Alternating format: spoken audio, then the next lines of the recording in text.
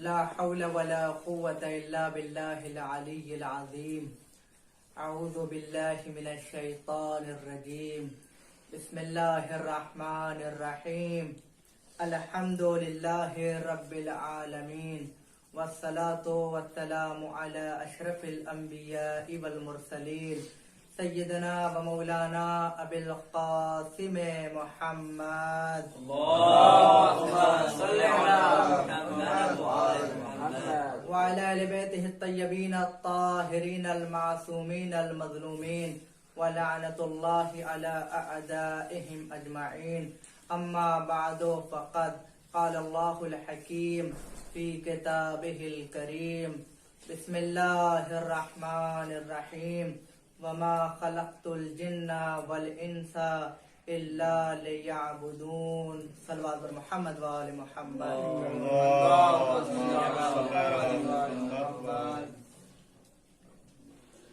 سامعین گرامی قدر و ناظرین محترم، السلام علیکم ورحمۃ اللہ وبرکاتہ. سب سے پہلے آپ حضرات کی خدمت میں امام زین العابدین علیہ الصلوۃ والسلام کی ولادت با سعادت کی مبارکباد پیش کرتا ہوں. گزارش کرتا ہوں کہ ایک صلوات کے ذریعے سے امام زمانہ علیہ السلام کی خدمت میں مبارکباد پیش فرما دیں.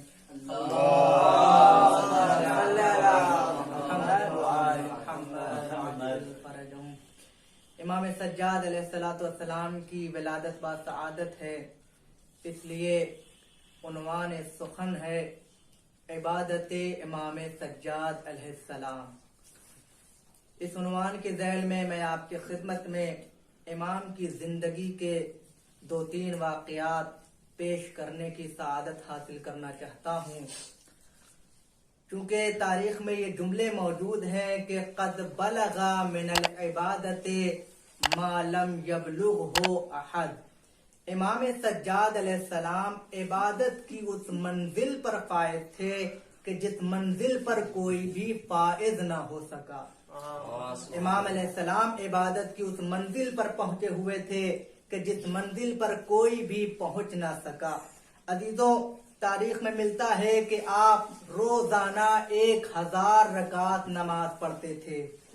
آپ روزانہ 1000 رکعت نماز ادا کرتے تھے. آپ کے القاب میں زین العابدین یعنی عبادت کرنے والوں کی زینت، سید الساجدین یعنی سجدہ کرنے والوں کے سردار. امام کی عبادت کی اس کثرت میں بھی محویت اور توجہ کا یہ عالم ہے.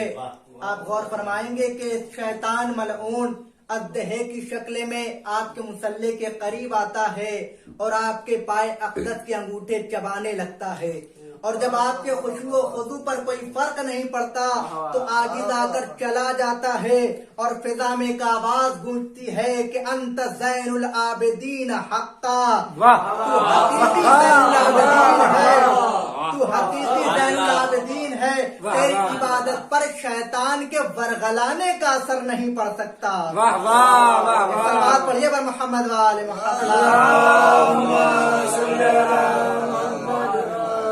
محترم، یہاں پر میں رکتا ہوں. یہاں پر چند باتیں قابل غور ہیں، قابل توجہ ہیں.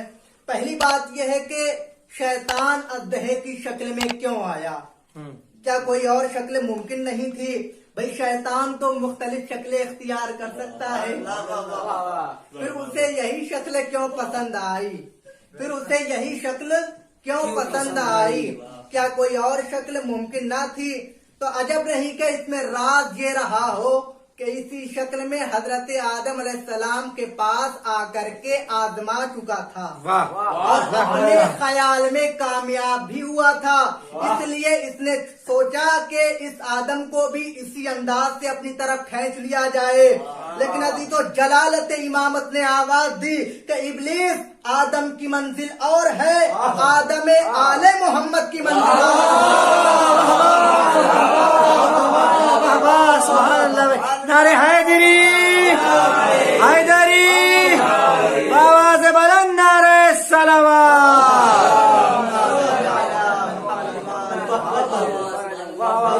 امام کی جلالت نے آواز دی کہ شیطان آدم کی منزل اور ہے، آدم آل محمد کی منزل اور ہے، آدم کی منزل اور ہے، سید الساجدین اور زین العابدین کی منزل اور ہے۔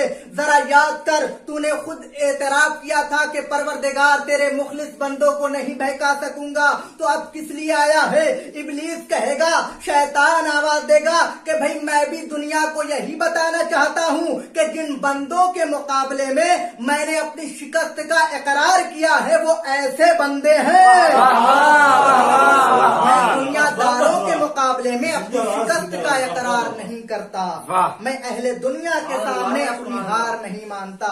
دوسری بات عزیز و توجہ سے سنیے گا، ایسا لگ رہا تھا واقعے کو دیکھ کر کے کہ اب امام اپنی نماز توڑ دیں گے، اذیت سے فرار کریں گے، جان بچانے کی فکر کریں گے، اور یہ سب کچھ نہ ہوگا تو کم از کم امام سانپ کو دیکھ کر رو دیں گے۔ توجہ چاہتا ہوں، امام سانپ کو دیکھ کر کے گریا کر دیں گے، لیکن عزیزان محترم عجیب بات ہے، نہ تو گریا ہے، نہ فرار ہے، نہ اضطراب ہے، نہ بے چینی ہے، نہ پریشانی ہے۔ میں کہوں گا مولا ایسے ماحول میں ایسا اطمینان، ایسے حالات میں ایسا سکون، امام آواز دیں گے کہ بھئی میں اگر کسی فرار کا بیٹا ہوتا تو فرار کر جاتا، میں اگر کسی فرار کا بیٹا ہوتا تو فرار کر جاتا، لیکن میں تو اسد کردگار صاحب ذوالفقار حیدر کرار کا فرزند ہوں۔ اور یاد رکھو، میں اگر دنیا کا نمائندہ ہوتا تو ایک سانپ کو دیکھ کر رونا شروع کر دیتا، لیکن میں تو اللہ کا نمائندہ ہوں۔ رونے کا سوال پیدا ہی نہیں ہوتا۔ آخری بات سنیے گا، کیا کہنے بابا؟ عزیزوں، ہم کہیں گے کہ مولا بے شک آپ فرزند رسول ہیں، زین العابدین ہیں، سید الساجدین ہیں، آدم آل محمد ہیں، فاتح کوفہ و شام ہیں، جان حسن ہیں، وارث حسین ہیں، لیکن مولا یہ بھی تو موذی جانور ہے، زہریلا ہے، کاٹنے والا ہے۔ امام کہیں گے کہ بھئی یہ سب کچھ صحیح، لیکن میں بھی تو علی کا لال ہوں، میں بھی تو علی کا فرزند ہوں۔ اے کاش تو نے پہلے علی کی تاریخ پڑھی ہوتی تو تمہیں تعجب نہ ہوتا۔ بھئی جب ایک علی اپنی 3 دن کی عمر میں گہوارے میں رہ کر اژدہے کے 2 ٹکڑے کر سکتا ہے، تو دوسرا علی نفس مطمئنہ کا بیٹا ہو کر کے نماز میں مطمئن کیوں نہیں رہتا؟ محمد آل محمد، ایک اور بلندترین صلوات ارشاد فرما دیں۔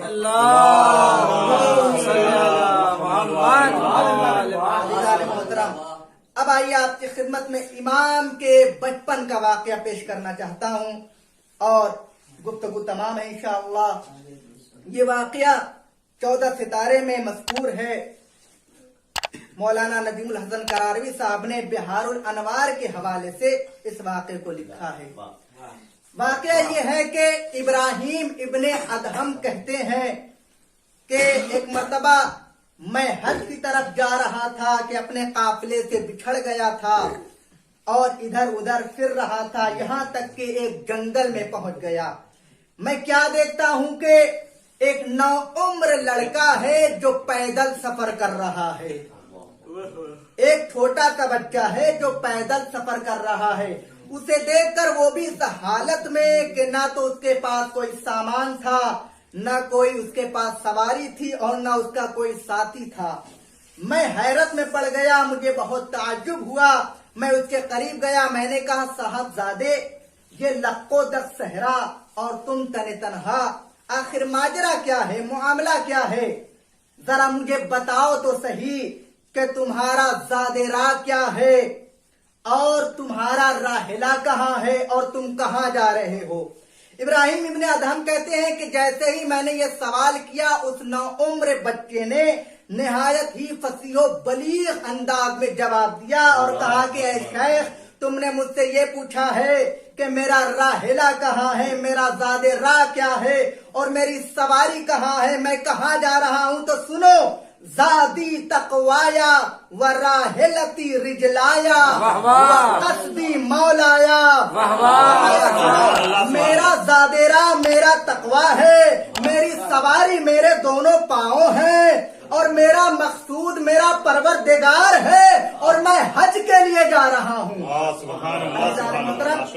ابراہیم ابن ادہم کہتے ہیں کہ جیسے ہی میں نے یہ جملہ سنا میں نے کہا صاحبزادے آپ تو چھوٹے ہیں، کمسن ہیں، بچے ہیں، ابھی آپ پر حج واجب نہیں ہے. اس نو عمر لڑکے نے نہایت ہی معرفت میں ڈوبا ہوا جملہ ادا کیا، کہا کہ اے شیخ آپ کا یہ کہنا درست ہے، لیکن میں دیکھا کرتا ہوں کہ مجھ سے چھوٹے بچے بھی مر جاتے ہیں، لہذا میں حج کو ضروری سمجھتا ہوں کہ کہیں اس فریضے کی ادائیگی سے پہلے مر نہ جاؤں. عزیزان محترم، یہ ہے معرفت کا عالم اور معرفت کا مرتبہ. عزیزان محترم، اس کے بعد ابراہیم ابن ادہم کہتے ہیں کہ میں نے کہا کہ صاحبزادے تم نے کھانے اور پینے کا کیا انتظام کیا ہے؟ اس لیے کہ میں تمہارے پاس دیکھ رہا ہوں کہ کھانے پینے کی کوئی چیز نہیں ہے، تمہارے پاس کوئی سامان نہیں ہے. تو اس نو عمر لڑکے نے جواب دیا کہ اے شیخ جب آپ کسی کے یہاں مہمان جاتے ہیں تو کیا کھانا اپنے ہمراہ لے کر جاتے ہیں؟ انہوں نے کہا نہیں. تو کہا پھر سنیے میں بھی تو اللہ کا مہمان ہو کر جا رہا ہوں، لہذا کھانا پینے کا انتظام بھی اسی کے ذمہ میں ہے. اب عزیزان محترم سنیے گا، ابراہیم کہتے کہ میں نے کہا صاحبزادے اتنا طویل سفر ہے، اتنا لمبا سفر ہے، پیدل کیوں کر طے کر لو گے؟ تو اس نو عمر لڑکے نے جواب دیا کہ بھائی کوشش کرنا میرا کام ہے، منزل مقصود تک پہنچانا میرے خدا کا کام ہے. محترم، اب ابراہیم ابن ادہم کہتے ہیں کہ ابھی ہمیں یہ گفتگو ہو ہی رہی تھی کہ ایک مرتبہ ایک خوبصورت نوجوان آئے سفید لباس پہنے ہوئے، اور انہوں نے اس نو عمر بچے کو گلے سے لگا لیا. میں فوراً امام کے پاس گیا، میں فوراً ان کے پاس گیا، اس نوجوان کے پاس گیا کہ جو سفید لباس پہنے ہوئے نمودار ہوئے تھے. میں ان کے پاس گیا، میں نے کہا کہ جن کو آپ نے ابھی گلے سے لگایا اتنے چھوٹے بچے ہیں وہ کون ہے؟ تو انہوں نے جواب دیا کہ آپ ان کو نہیں پہچانتے، یہ فرزند رسول امام زین العابدین علیہ السلام ہیں. محمد وآل محمد.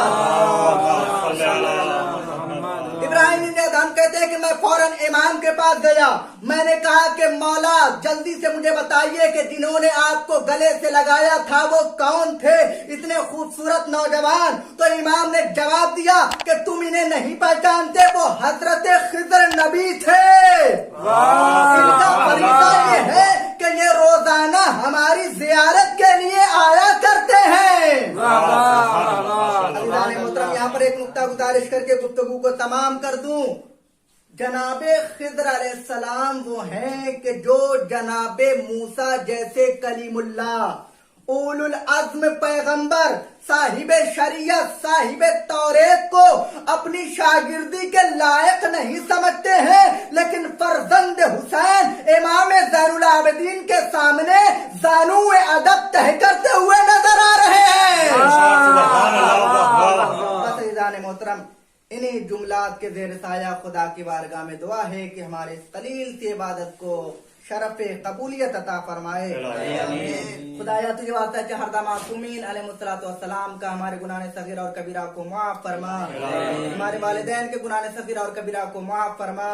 خدایا تجھے واسطہ ہے کہ ہر معصومین علیہ الصلوۃ والسلام کا ہمارے مرحومین کی مغفرت فرما، انہیں جوار معصومین میں جگہ عنایت فرما.